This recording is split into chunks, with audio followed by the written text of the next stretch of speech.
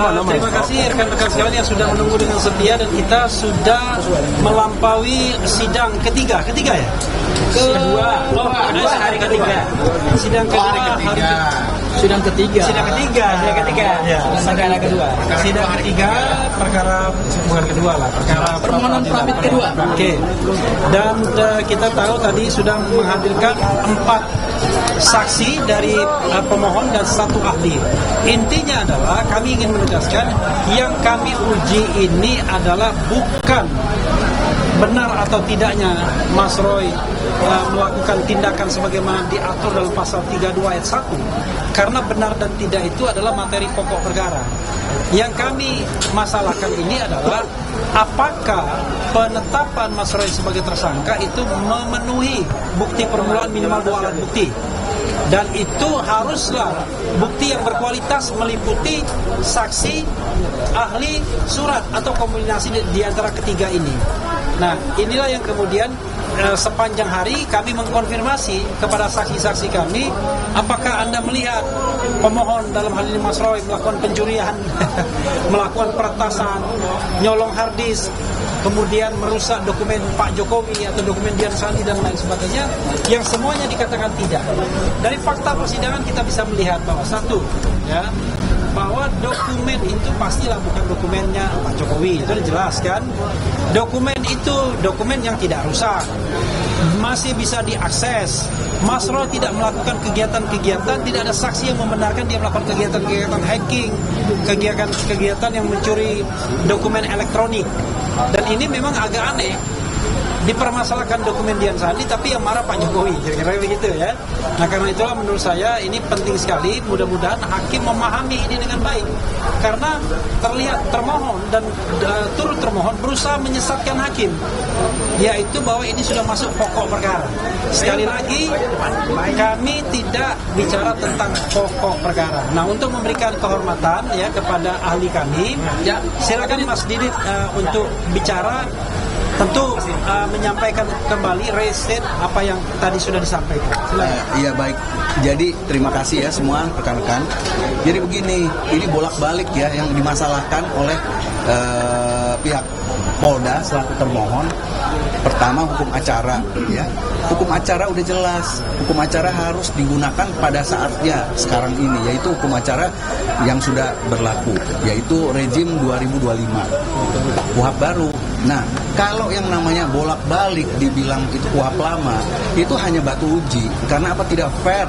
Kita kalau mau menguji tindakannya si Polda dengan KUHP baru, ya dia akan keberatan ya. Jadi memang harus diuji dengan batu uji KUHP lama. Nah, itu ada Mahkamah Konstitusi nomor 21 putusannya. Nah, di situ ada 2 bukti permulaan. Saya harus jelaskan, itu bukan pembuktian Mas Roy ini salah atau benar. Jadi pembuktian, dia punya nggak bukti? Ya, 2 bukti permulaan. Jadi kalau perbuatan Mas Roy ini adalah dikatakan mencuri, ya, tapi jangan dia harus ada bukti-bukti itu yang mencuri. Jangan dia buktinya cuma mencemarkan nama baik, ya kan? Atau dikenakan pasal pembunuhan. Bukti-buktinya tidak ada yang melihat dia membunuh. Tidak ada bukti-bukti. Misalnya pisau, parang, dan sebagainya. Itu yang saya jelaskan. Jadi nggak bisa. Nah, kalau dibilang cuma formalitas, cuma 2 bukti permulaan, ya nggak bisa begitulah. Itulah namanya pelanggaran azas legalitas. Yaitu apa? Ada orang salah dituntut, disangka oleh pasal yang salah, didakwa, kemudian dihukum, ya setelah dituntut. Nah, akhirnya dibebaskan karena apa? Salah orang, salah pasal dan sebagainya. Dia tidak melakukan pembunuhan, itu kan sama aja, gitu. Jadi itulah yang kita jaga. Jangan sampai ada pelanggaran-pelanggaran azas legalitas. Orang tidak melakukan perbuatan tersebut, dia didakwa dan dihukum menjadi melanggar pasal tersebut, ya. Kita jadi azas legalitas bukan berarti oke, aturannya belum ada, tapi orang tersebut tidak melakukan tetapi dia dituduh dengan pasal tersebut, ya, demikian itu. Jadi itu yang kita harus jaga, ya. Terima kasih. Pak, makanya penegasan Pak, bagaimana hari ini kan dihadirkan 3 orang saksi dan 4 orang ya, sama 1 ahli kan. Artinya apakah penegasan, apakah ini sudah cukup untuk memenuhi atas dasar yang kemarin sudah disampaikan pihak dari Roy Suryo dengan Ya kan kesempatannya cuma hari ini. Kamera di sini Pak. Kesempatannya kan cuma hari ini, besok udah kesempatan termohon ya. Dan menurut kami sudah cukup ya. Yang jelas bahwa hakim pasti paham. Nah, mudah-mudahan hakim memiliki hati nurani, keberanian untuk kemudian mengabulkan permohonan ini. Karena sudah jelas dari sisi rasionalitas saja ya. Tiba-tiba kasus fitnah pencemaran nama baik lompat pada Undang-Undang ITE dengan ancaman hukuman 8 sampai 12 tahun penjara. Nah, yang kami tengarai tanpa fakta dan peristiwa di laporan polisinya dan tanpa adanya bukti permulaan yang cukup. Nah, itu yang kita persoalkan. Bagaimana orang disangka dan kemudian didakwa tanpa bukti permulaan yang cukup? Karena itu adalah kezaliman.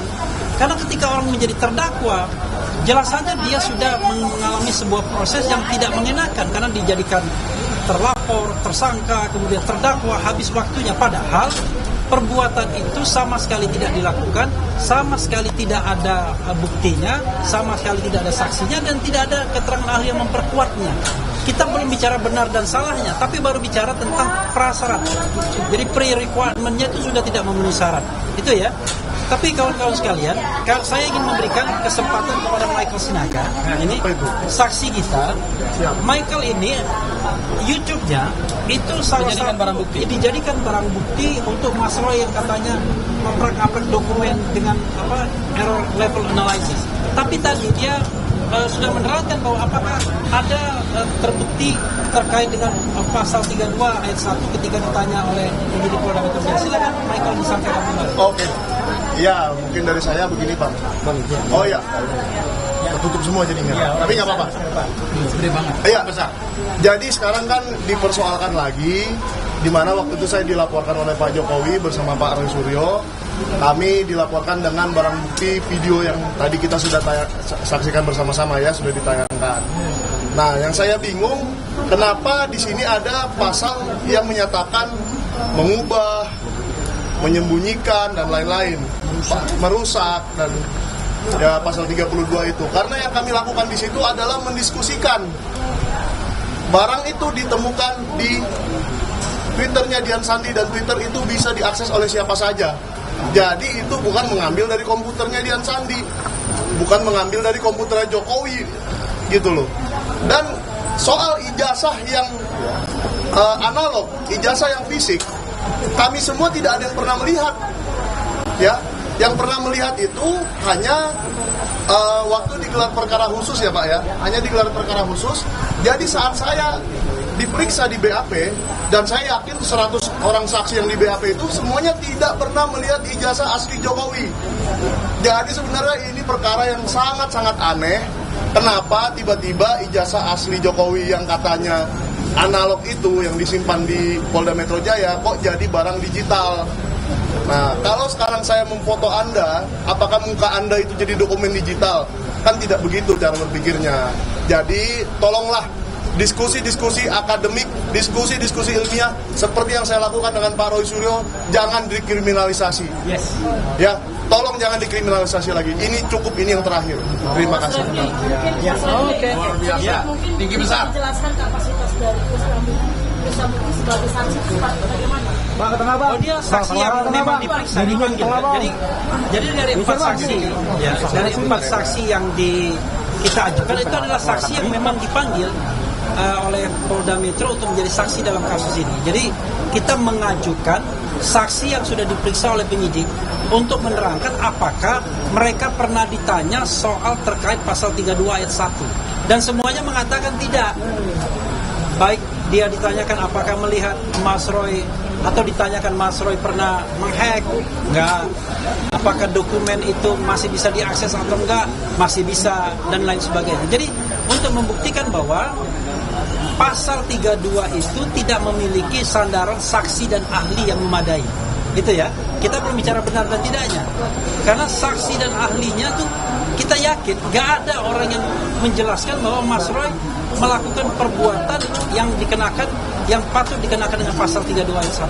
Yang hubungannya antara Krisnamurti dan Roy Suryo sendiri apa gitu Pak? Mungkin Enggak. pernah kerja bareng Pak atau bagaimana? Wah, itu nanti Mas Roy saja ya, nanti ya yang lain. Nah, saya ingin memberikan Boleh Mas Roy, langsung aja dijawab aja Mas Roy. Karena ini kita langsung bertanya Mas Roy, boleh langsung. Oh, iya, udah. Mas Ada hubungan atau kaitan apa dengan jasa promosi ini? Oke, bentar. Sebelum mana Mas Gafur dulu. Jadi gini, para awak media, para rekan-rekan media, yang diuji di sini adalah minimal 2 alat bukti yang sah. Dan tadi dijelaskan oleh ahli bahwa 2 alat bukti minimal sebagaimana keputusan Mahkamah Konstitusi 21/2014 itu harus dinilai dari kualitas, bukan kuantitas. Kalau kita bicara kuantitas, sudah 148 saksi diperiksa oleh Polda Metro Jaya. Kurang banyak apa? Dan satu-satunya perkara pidana di Republik Indonesia yang saksinya sampai 148 saksi. Sependek pengetahuan dan sependek pengalaman saya sebagai advokat, hanya ijazah Pak Joko Widodo. Itu hal yang pertama. Hal yang kedua adalah kalau kita mau bicara kualitas alat bukti, kemarin termohon menyampaikan bahwa mereka punya minimal 3 alat bukti, yaitu ada saksi, ahli, dan surat. Tetapi tadi yang dijelaskan oleh ahli itu atau alat bukti ahli tidak bisa berdiri sendiri. Contoh, ada ahli pidana yang menerangkan tentang pembunuhan, tetapi saksi tidak pernah melihat peristiwa pembunuhan. Jadi ahli itu tidak bisa berdiri sendiri. Ahli harus bersesuaian dengan keterangan saksi.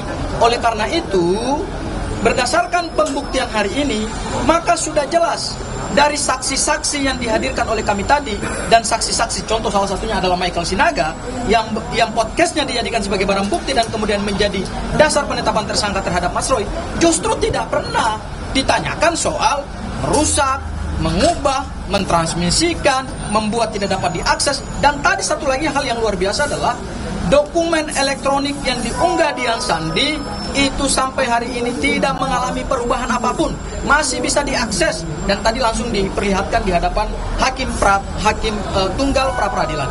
Sehingga dengan demikian kualitas bukti yang tadi kami hadirkan itu sebetulnya sudah mematahkan 2 alat bukti permulaan dari penyidik Polda Metro Jaya. Dan tadi untuk agenda besok, sebagaimana tadi ditanyakan oleh hakim pra peradilan, besok itu penyidik hanya menghadirkan ahli. Berarti mereka juga tidak punya saksi yang bisa menerangkan bahwa peristiwa Mas Roy itu mencuri, mengubah, mentransmisikan, memanipulasi dokumen elektronik. Seperti yang tadi digambarkan oleh seorang ahli pidana.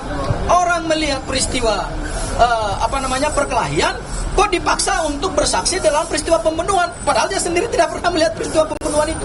Itulah yang menurut kami, inilah yang kami uji dalam pra peradilan. Barangkali itu Mas Roy dari saya. Penegasan langsung Mas Roy, kenapa kemudian Krisnamurti dijadikan saksi dan apakah ada hubungannya dengan Mas Roy sehingga dijadikan saksi? Assalamualaikum warahmatullahi wabarakatuh.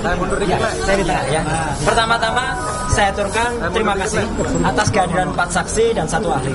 Saksi pertama adalah tadi Nurdiansah Susilo, ya, seorang YouTuber, dan videonya juga dijadikan alat bukti, yaitu Michael Sinaga yang pertama Michael Sinaga, ya, kemudian 2 Nurdiansah. Kedua orang ini adalah yang terkait langsung dan kedua-duanya videonya dipakai sebagai alat bukti, barang bukti dan ada di dakwaan, ya, peristiwa tanggal 16 Maret 2025 dan juga Michael tadi awal April, ya. Ya, 2 orang lagi, Pak Erwin dan Pak Krisnamurti adalah kenapa hadir? Karena kedua orang itu juga mengenal saya dalam situasi yang berbeda. Jadi kita tuh kaya, pengkayaan kualitas saksi kita. Jadi ada yang terlibat langsung dalam video, ada yang mengenal saya sejak lama, semenjak jadi anggota DPR waktu itu. Ya, artinya orang itu kenal sama saya. Apakah dia tahu saya? Apakah dia kemudian dipanggil gitu dan kemudian dia hadir? Pak Erwin, ya, kenal saya karena juga Pak Erwin juga pernah mengalami kasus yang sama. Dan juga artinya apa?